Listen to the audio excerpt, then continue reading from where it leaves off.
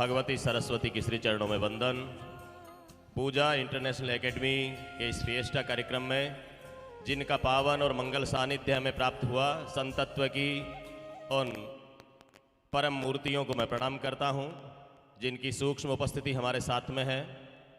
सामने विराजमान आज के इस कार्यक्रम के माननीय अतिथि श्रीमान जांगीड़ साहब, मिश्रा साहब, सोमदत्त जी नेहरा साहब, आदरणीय भाई साहब अशोक जी, जितेंद्र सिंह जी, तमाम मंचासीन अतिथि वृंद, आदरणीय बजरंग सिंह जी, कुंवर रणजीत सिंह जी और डीडवाना के गुणवंत महिमावंत सभी महानुभावों, मातृशक्ति, अभिभावक एवं प्रिय विद्यार्थियों, सबसे पहले बधाई इस बात की कि हम जिस जगह पे हैं, जिस संस्थान को हमने अपने नौनिहालों के भविष्य को निखारने का माध्यम बनाया है, उस स्थान पर पिछले 2 घंटे में जो कुछ हम देख रहे हैं, शायद मन को तसल्ली हुई होगी कि जो हम चाहते हैं वैसा हमारे बालक बालिकाएं सीख रहे हैं। एक उर्दू की पंक्ति है, शेर है कि दलीलें हुज्जतें करना तो केवल वक्त खोना है, कसौटी खुद बताती है कि पीतल है या सोना है। आपने देखा है कि जिस तरह की प्रस्तुतियां यहां पर है, बातें करने से प्रस्तुतियां नहीं होती है, पूरे 12 महीने की मेहनत लगती है। क्या निष्ठा है, क्या दृष्टि है, कैसा अनुशासन है। अंग्रेजी माध्यम का विद्यालय, और वहां पर जब हमारे नाथ जी महाराज बोल रहे थे कि शिव तांडव स्तोत्र का पाठ करते हैं यहाँ के बच्चे, ये भारतीय संस्कृति हमें बचा के रखनी है। एक एक बच्चे के जिगर में भारत माता का चित्र दिखना चाहिए, संस्कार में झलकना चाहिए, आचरण में झलकना चाहिए, ये हम चाहते हैं और वैसा यहाँ पर हो रहा है। अभी जिस बड़ी समस्या से हम जूझ रहे हैं, जिस प्रोग्राम के बाद में मुझे बुलाया गया है, आज की सबसे बड़ी समस्या, आदरणीय जांगीड़ साहब ने इस तरफ इशारा किया, जिस तरह से हमें सोशल मीडिया के जितने प्लेटफॉर्म हैं उन्होंने हमको जिस तरह से घेर के रखा हुआ है, हमें कमजोर बनाया है, पराधीन बनाया है। हम लोगों को इस तरह का एहसास करवाना शुरू किया है कि हम कमतर हो गए हैं। स्वामी विवेकानंद जी के भारत में हम हैं। स्वामी जी दुनिया का सबसे बड़ा पाप किसे मानते हैं? आपने भी स्वामी विवेकानंद जी को पढ़ा है। स्वामी जी कहते हैं दुनिया का सबसे भयंकर और बड़ा पाप है, अपराध है, वो ये है कि हम अपने आप को कमजोर मानते हैं। स्वयं को कमजोर मानना दुनिया का सबसे बड़ा अपराध है। क्यों है? इसकी व्याख्या क्या है?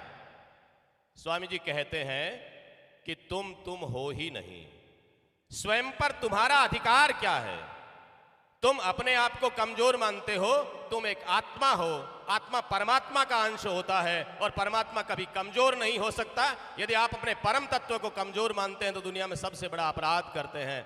कमजोर नहीं मानना है। ईश्वर ने हमें यहाँ भेजा है, किस काम के लिए भेजा है, किस निमित्त भेजा है? ये शिक्षा की ज्योति जलाने के लिए। आदरणीय बजरंग सिंह जी ने जिस मंदिर का निर्माण किया है, कुंवर रणजीत सिंह जी जब यहाँ परिचय करवा रहे थे, वेलकम स्पीच में जो बोल रहे थे, जिस कॉन्फिडेंस के साथ में, जिस आत्मविश्वास और आत्ममुग्धता के साथ में वो बोल रहे थे, ये झलकता है कि उन्होंने किस तरह से अपने सपनों को साकार करने की ओर कदम बढ़ाया है। मैं बधाई दूंगा रणजीत सिंह जी, आप जिस तरह से आगे बढ़ रहे हैं। मैं अभिभावकों से कहना चाहता हूं कि हम इतना सा संकल्प कर लें कि जितना काम बजरंग सिंह जी ने रणजीत सिंह जी के लिए किया, उतना काम हर अभिभावक करे तो रणजीत सिंह जैसा बेटा और बेटी हमें मिल सकता है। ये सौभाग्य हो सकता है हमारा। इतना हाईली एजुकेटेड एक बालक जो स्कूल का, कॉलेज का सारा काम देखता है, सारी कुछ धूरी रणजीत सिंह जी के चारों ओर घूम रही है, लेकिन उनके मन में अपने पिताश्री के प्रति जो सम्मान का भाव है, वो भाव हमारे एक एक बालक बालिका में होना चाहिए, अपने अभिभावकों के प्रति, अपने देश के प्रति। मित्रों, एक मुझे कहानी याद आती है। एक बालक था बोपदेव। हमारी पौराणिक कथाओं में एक आख्यान आता है, बोपदेव नाम का बालक जब छोटा है, घर वालों ने विचार किया आश्रम में भेजा जाए, पढ़ाई करवाई जाए। आदरणीय सोमदत्त जी नेहरा साहब ने जिस तरह से अपने बच्चों को पढ़ाने के लिए संकल्प किया, बोपदेव के माता पिता ने भी संकल्प किया। आचार्य प्रवर के पास में ले गए, आश्रम में जाकर के कहा इसे पढ़ाना है, आश्रम में प्रवेश दिला दिया। बालक बोपदेव जब घर से गया तो अन्य मनस्क ही था, उसके मन में ये था कहाँ भेजेंगे, क्या करवाएंगे पता नहीं। आश्रम में आधा मन घर में, कक्षा में जो कुछ पढ़ाया जाता दूसरे दिन पूछते, बोपदेव को कुछ भी याद नहीं रहता। क्लास में रोज खड़ा होना, रोज दूसरे विद्यार्थी उसकी मजाक बनाने लग गए। गुरुजी ने भी एक दिन हार मान ली और कहा, बोपदेव ये पढ़ना लिखना तुम्हारे वश का मामला नहीं है, तुम घर जाओ और खेत में घास खोदो। आश्रम से विदा कर दिया, अपना थैला उठाया। उस समय गाड़ी घोड़े इतने होते नहीं थे, पैदल पैदल गांव 15-20 किलोमीटर था, चला कि गांव जाता हूं। मन में विचार आया, यहां आश्रम में गुरुजी ने मुझे ठोट कह करके निकाल दिया, कक्षा में दूसरे मित्रों ने मेरा मजाक उड़ाया, घर वालों ने पहले ही मुझे पढ़ने भेजा है, घर जाके कौन सा मुझे खुशी देने वाले, घर वाले कौन सा आरता उतारने वाले हैं, जाते ही वही उल्हाना मिलना है, वहां पर भी वैसी स्थिति है। ये मन में संकल्प विकल्प करते हुए चल रहा था। रास्ते में कुआं आया, कुएं की मेड़ पर बैठ गया, थोड़ा विश्राम कर ले, पानी पी ले। पानी पीते हुए बोपदेव की नजर कुएं पर लगे उस पत्थर पे लगी जिसके ऊपर चक्री लगी है, जिससे लाव से रस्सी से पानी खींचते हैं। वो रस्सी पत्थर पे टच होती है, स्पर्श करती है, और उसको दिखा कि पत्थर के ऊपर एक लकीर हो गई, एक निशान हो गया। बोपदेव ने मन ही मन विचार किया, कोमल रस्सी, इतना कठोर पत्थर, बार बार इसके आने जाने से जब पत्थर पे निशान हो सकता है, क्या मेरा हृदय, मेरा मस्तिष्क इतना पत्थर से भी कठोर है क्या कि जिस पे ज्ञान का कोई निशान हो नहीं सकता। और यहां से वो शिक्षा लेता है और घर जाने का विचार त्याग करके वापस आश्रम की ओर आता है। आश्रम में जैसे ही पहुंचता है, बजरंग सिंह जी मिल ही जाते हैं। गुरुजी मिले, अरे बोपदेव गया नहीं अभी? कहा, गुरुजी चेतन गुरुवर से मुझे प्रेरणा नहीं ले पाया, लेकिन आज अचेतन गुरु ने मुझे प्रेरणा दे दी है। अब बोपदेव वापस पढ़ करके ही जाया, जिस संकल्प के साथ में माता पिता ने भेजा है, इस आश्रम से निकलूंगा उस दिन उस विद्या को ग्रहण करके निकलूंगा, संकल्प लेकर के आया हूं। आज मुझे रास्ता मिल गया कि मेरे मस्तिष्क को मुझे कैसे चलाना है। और आप जानते हैं, पुराणों में उल्लेख है, हमारी पौराणिक कथाओं में, बोपदेव ने उस दिन के बाद में अध्ययन करना शुरू किया। संस्कृत के प्रकांड पंडित के रूप में बोपदेव को आज पाणिनि के बाद में जाना जाता है। हमारे विद्यार्थी ऐसा कर सकते हैं, लेकिन उस समय यदि वो गुरुजी, अभिभावकों की और गुरु की बराबर की भूमिका रहती है। आदरणीय पूज्य विष्णु प्रपन्नाचार्य जी महाराज ने उपदेश हमें प्रदान किया था, यदि वो गुरुजी वापस बोपदेव को प्रवेश नहीं देते, दूसरा मौका नहीं देते, तो शायद हम बोपदेव की व्याकरण को और संस्कृत के उस वांग्मय से वंचित रह जाते जो आज हमारे सामने है। इसलिए जो जो संकल्प करके हम अपने बालक बालिकाओं को पढ़ाते हैं, मैं बजरंग सिंह जी को, रणजीत सिंह जी को इस बात की बधाई दूं कि जो आपने संकल्प किया, जो सपना आपने देखा। हमारे अभिभावक भी बड़े असमंजस में रहते हैं, बच्चे भी असमंजस में रहते हैं। मेरे दोनों बच्चे यहाँ पर पढ़े, मेरी बेटी और बेटा। मैं फक्र से कह सकता हूँ, मैं जैसा चाहता था उस तरह के संस्कार और उस तरह की शिक्षा इस विद्यालय ने दी है। मैं इसका साक्षी हूँ। जहाँ कहीं आप खड़ा करके पूछना चाहें, मुझे हर बार ये एंकरिंग की टेबल है, यहाँ से बेटी बोलती है। अभी उसका फ़ोन आया, कौन बोल रहे, मैं उसको सुना रहा था। आज भी दिल्ली में रहते हुए भी वो पूजा इंटरनेशनल एकेडमी को अपना परिवार मानती है। बजरंग सर जो कहते हैं वो मुझसे ज़्यादा वो मानती है। बेटा सीकर में, वो भी कहता है रणजीत सर ने कह दिया तो फिर ये काम हो ही जाएगा।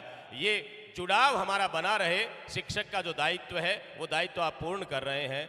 जो हमने मन में सोचा है, उर्दू की एक पंक्ति है कि जब हौसला कर ही लिया ऊंची उड़ान का, तो फिर फिजूल है कद देखना आसमान का। जब हमने ऊंचा उड़ने का हौसला कर लिया तो फिर आसमान कितना ऊपर है ये विचार नहीं करना चाहिए। हम अपने बच्चों को कैसा माहौल देना चाहते हैं, किस तरह के परिवेश में भेजना चाहते हैं। मित्रों, हमारे राजस्थानी के लोक साहित्य के एक उदाहरण देकर के बात को पूर्ण करता हूँ।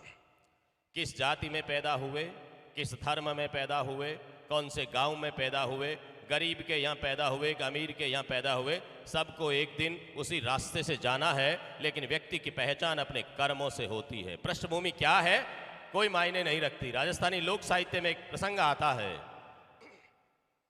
लोक साहित्य के कवियों ने लिखा कि कुंभ में सिंधु समात नहीं सुत सिंधु की तीन चुलू भर रे, गणिका सुत से रघुनाथ गुरु धिवरी सुत वेद हृदय धर रे, मकरी सुत जीव चिरंजी भाई दासी सुत विदुर दया धर रे, नर होत बड़ो अपनी करनी पितु वंश बड़ो तो कहा कर रे। व्यक्ति अपनी करनी से बड़ा होता है। घड़े से पैदा हुए ऋषि अगस्त्य, कुंभ में सिंधु समात नहीं, घड़े में समुद्र समाहित नहीं हो सकता। अगस्त्य ऋषि के पिता कौन है? घड़ा, घट से पैदा हुए। बाप इतना छोटा है, एक घड़ा पानी आएगा तो घड़ा ही है ना। लेकिन ऋषि अगस्त्य उसकी संतान है। जब ऋषि को गुस्सा आया, 3 चूलों में सागर को सोख गए, समुद्र को सोख गए। घड़े से पैदा होने वाला बेटा कितना यशस्वी और वर्चस्वी हो सकता है। पिता कौन है, कोई ज्यादा पहचान नहीं, उसे कोई फर्क नहीं पड़ता। निराश होने की आवश्यकता नहीं। कुंभ में सिंधु समात नहीं, सुत सिंधु की 3 चूलू भर रे, गणिका सुत से रघुनाथ गुरु। भगवान राम को पढ़ाने वाले विश्वामित्र वशिष्ठ गणिका के बेटे थे। माता नृत्य करके अपने पुत्र का पालन करती थी और उसके ऐसे यशस्वी पुत्र पैदा हुए जिनका लिखा हुआ वांग में हम सारे आज भी पढ़ते हैं।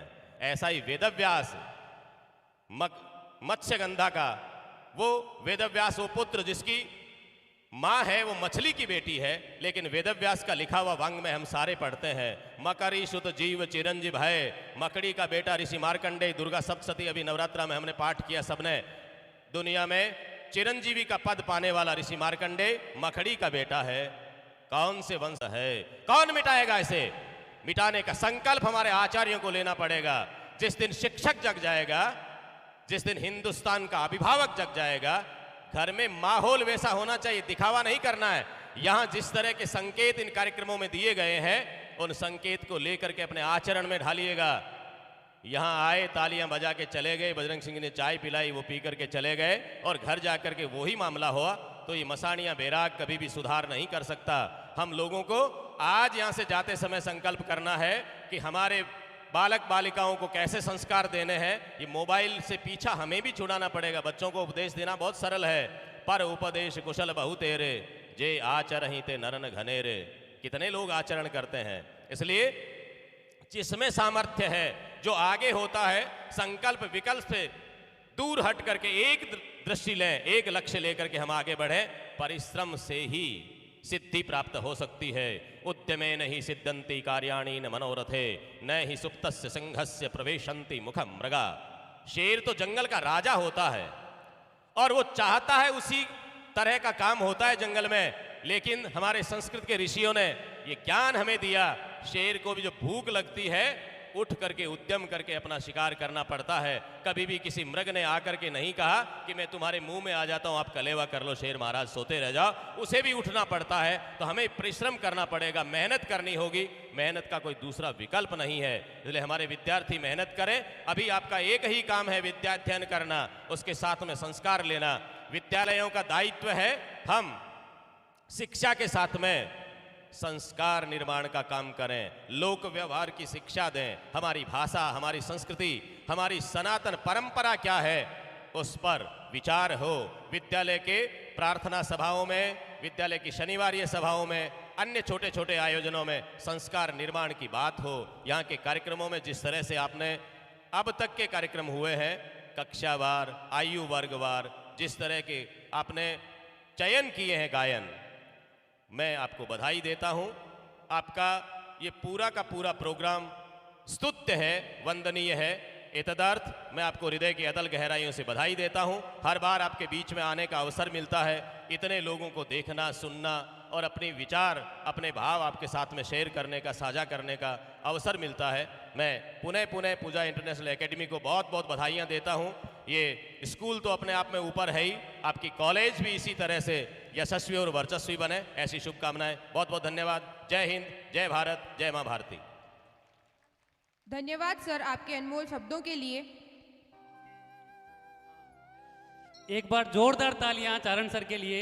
आप जब भी आते हैं, पूरे प्रोग्राम की जो आप बोल रहे थे कि रंजीत के आसपास धुरी है, पूरा प्रोग्राम आपके शब्दों की धुरी के आसपास घूमता है। एक छोटा सा गिफ्ट पूजा स्कूल ने आपके लिए प्रिपेयर किया है। मैं स्टूडेंट को स्टेज पे बुलाना चाहता हूँ। Please come on the stage. नहीं, पहले आप लाइए। और एक बार चारण सर से मेरी रिक्वेस्ट है कि आप हमारे सामने इसको ओपन करिए। जोरदार तालियां होनी चाहिए। ये छोटा सा एक गिफ्ट है, जितना चारण सर ने स्कूल के लिए किया है, जितना टाइम।